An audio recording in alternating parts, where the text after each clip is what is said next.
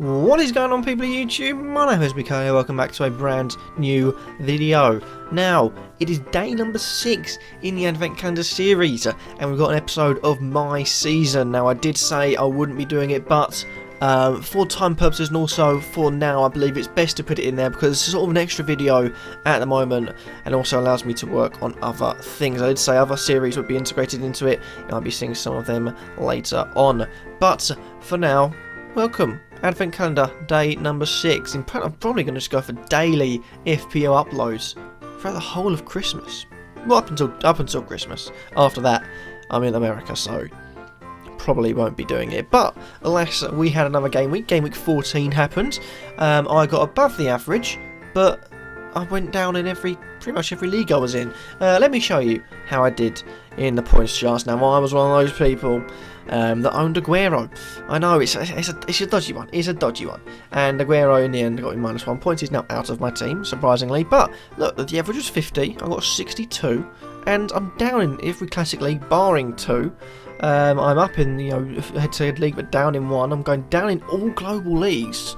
So obviously, yeah, not the best week for me, but above the average, so improvements were made, and I felt like I had a decent week. I mean, Hazard turned up, Phillips turned up, Costa turned up, I did have Walker turning up. My captain was going to be Charlie Austin, but I forgot to save it, so it defaulted back to Kyle Walker for some reason. He's the captain, so not going to complain, so I'd have lost points even more in that case. But a decent week, the best I could have done with the players I had available. The only thing I could have done was maybe Austin or Koscielny out, Kurtyoy in, but apart from that, done it. Oh, and also Aguero out for Leroy first, so I could have got maybe 4 or 5 more points, but at the end of the day, 4 or 5 more points, it isn't much. But that's my team. Obviously, I was at work really late at Saturday, so I come home, didn't even know Aguero got sent off. I thought Chelsea scored the third, and I thought, right, well, I'll turn the radio commentary off, get back to work, and listen to 3 o'clock. Still didn't hear anything of the Aguero sending off, and got home to find he's suspended. I thought, why is he suspended? Is he injured or something? I looked at it. No, he's got suspended, and it was a horrific tackle. So I was forced into making some changes. Needless to say, brought in Harry Kane.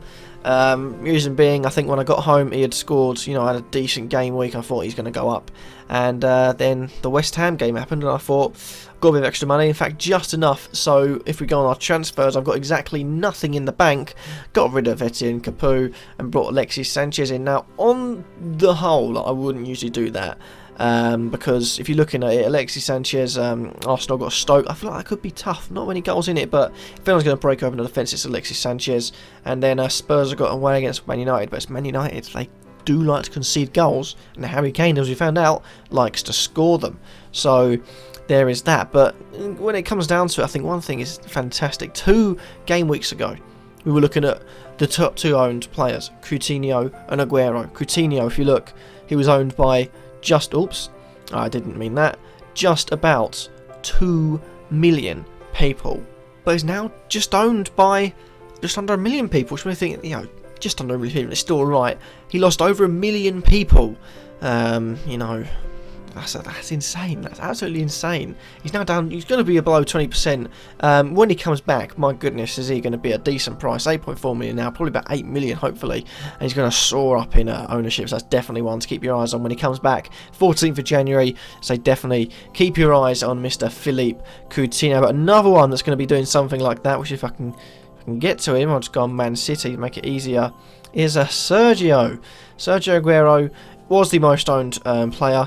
Again, there's points where he's approaching, the 2 million. You look at that, approaching the 2 million. And if we go on players, and we sort them by the transfers out, we'll do transfers out round. You're seeing some big over 15,000 for Heaton. I might need to keep an eye on that. Bellerin also, don't really mind about any of them. Koscielny, yes, I suppose. Coutinho still getting people transferring out, people that weren't lucky to do it enough early. And Aguero, already 500,000 people have got rid of him. So the 2 most owned players have suddenly become dead wood.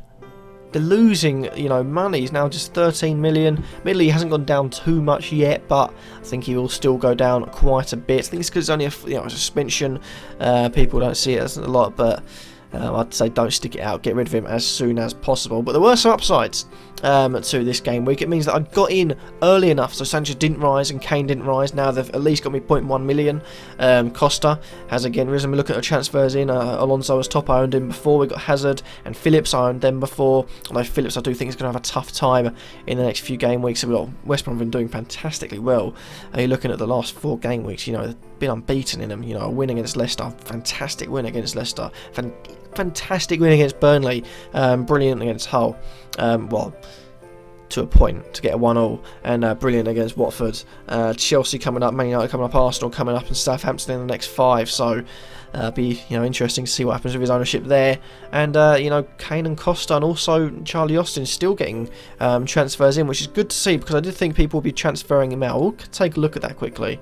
He's still getting more transferred in. But as far as my team, like I said, I've gone through my transfers, I've gone through my team that I did have. This is the team I've pretty much come up with to play at the weekend. Now, it's not set in stone. Sigurdsson is a bit of a risk, but I do feel like it could be a bit of a differential. We're looking at the ownership rate of him. It's 7.5%.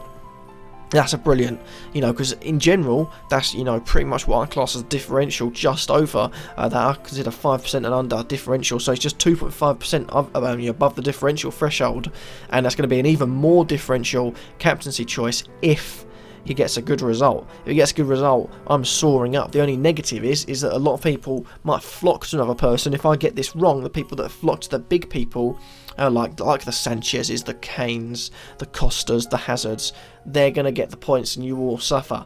But it's the risk you've got to take. I was going to take it with Austin.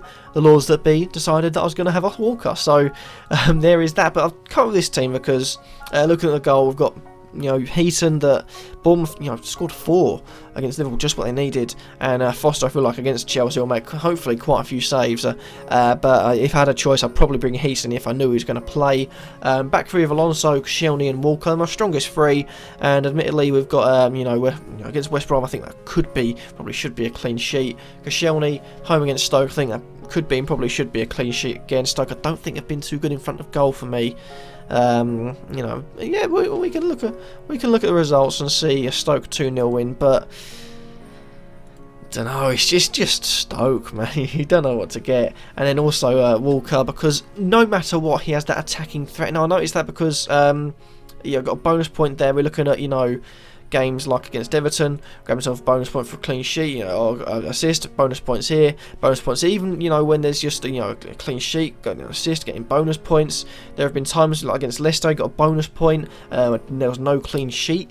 He gets forward a lot, and in a game where there's 5 goals, that means there's 5 players grabbing goals, 5 players grabbing assists, he got the 3rd bonus point. Now that is crucial, absolutely crucial. Be like Aspilicueta earlier on in the season, grabbed loads of bonus points. Kyle Walker is definitely one to grab bonus points.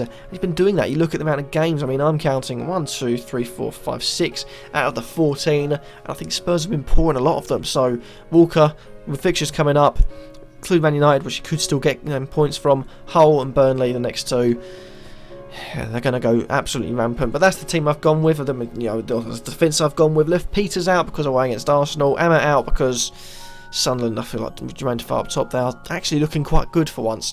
Midfield 4, Hazard, Sanchez, Fur, and Hazard, Sigurdsson, Fur, and Sanchez. Sigurdsson and Fur because they're playing against Sunderland. They have been leaky. They don't seem to be, playing with that nervousness or that, we're going to get sacked, we're going to go down mentality. He's actually changed it around as Moisey. Hazard and Sanchez are both at home against, clubs you'd consider bottom half of the table, so could be a rampant weekend for them. And, I've stuck all 3 of them up front because I think they're all 3 of them are goal scorers. They get a chance, they're going to put it away. But alas, that's probably just about that. I feel like I've covered everything. I've covered my team, I've covered my transfers, and also how I did in the previous weekend. So that's basically it. Thank you all for watching. Hopefully you've enjoyed. Remember to like, comment, and subscribe. And what are you thinking about the Advent calendar? Got a few decent episodes coming up during the weekend. That's what I call it. During actually when the game week is actually live and the games are being played. So look out for them. Thank you all for watching. Hopefully you've enjoyed. Remember to like, comment, subscribe, and peace.